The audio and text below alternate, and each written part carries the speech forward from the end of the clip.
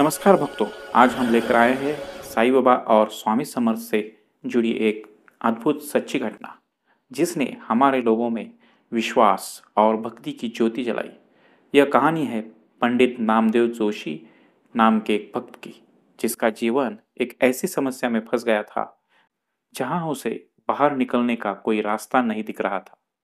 नामदेव जोशी पुणे के रहने वाले थे। उनका बेटा गंभीर बीमारी से पीड़ित था। डॉक्टर ने आशा छोड़ दी थी और कहा कि वह ज्यादा समय तक नहीं बचेगा।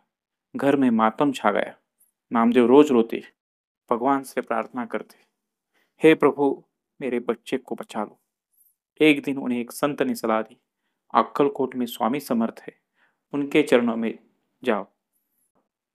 नामदेव अक्कलकोट पहुंचे, स्वामी समर्थ के दर्शन किए और रोकर बोले, महाराज, मेरे बेटे का जीवन आपके हाथ में है। स्वामी ने आंख बंद की, कुछ क्षण शांत रहे और फिर बोल पड़े, तेरा बेटा ठीक हो जाएगा, लेकिन तू अब यहां से मत रुक, शिरडी जा। वहां एक फकीर बैठे, साईं, उनके चरण में जा, काम हो जाए। नामदेव ने आश्चर्य से पूछा, साईं बाबा कौन है? स्वामी समर्थ मुस्कुराए और बोले, जानेगा, जाके देख। नामदेव शिरडी पहुंचे। जे जैसे ही वह द्वारका माई पहुंचे, साईं बाबा ने उन्हें देखकर ही कहा, अरे पंडित, देर हो गई। वो उधर वाले ने भेजा ना, चिंता मत कर, बेटा अच्छा है। नामदेव चौंक गए। किसी ने तो बताया ही नहीं था। फिर भी साईं बाबा ने 2 उदी भरे और कहा, जा, इस उदी को अपने बेटे को देना, दवा भी करेगा और दुआ भी। नामदेव तुरंत घर लौटे, उदी बेटे के माथे पर लगाई और चमत्कार, कुछ ही दिनों में बेटा पूरी तरह स्वस्थ हो गया। कुछ महीने बाद नामदेव फिर अक्कलकोट गए। स्वामी समर्थ उन्हें देखकर बोले, अरे पंडित, साईं काम कर रहे थे, हमने सिर्फ रास्ता दिखाया। बच्चों को बचाने के लिए दोनों मिलकर काम कर रहे थे।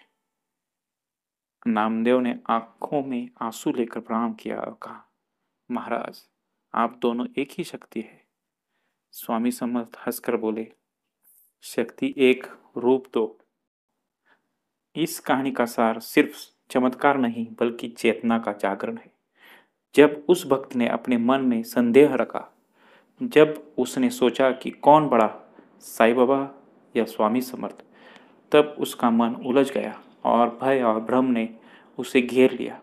लेकिन जब उसने यह समझ लिया कि संत कभी एक दूसरे से ऊपर या नीचे नहीं होते, वे केवल एक ही शक्ति के अलग अलग रूप होते हैं, तभी उसके जीवन की दिशा बदली।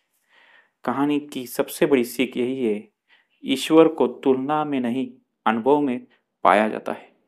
जो मन तुलना करता है वह कभी शांति नहीं पाता, परंतु मन समर्पित करना है, उसे ईश्वर स्वयं अपने रूप में प्रकट होकर मार्ग देता है। साईं बाबा का संदेश था श्रद्धा और सबूरी, और स्वामी समर्थ का संदेश था भिऊ नकोस मी तुझ्या पाठीशी। संदेह छोड़िए, तुलना छोड़िए, मन को शांत कीजिए और विश्वास से चलिए, क्योंकि जब भक्ति सच्ची होती है तो ईश्वर खुद रास्ता बन जाते हैं। अगर यह कहानी आपको छू गई तो केवल सुनकर मत जाइए, बल्कि अपने जीवन में उतारे, अपने मन में बसाए और दूसरों तक पहुंचाए, क्योंकि हो सकता है यह कहानी से किसी और की खोई हुई आस्था वापस आ जाए।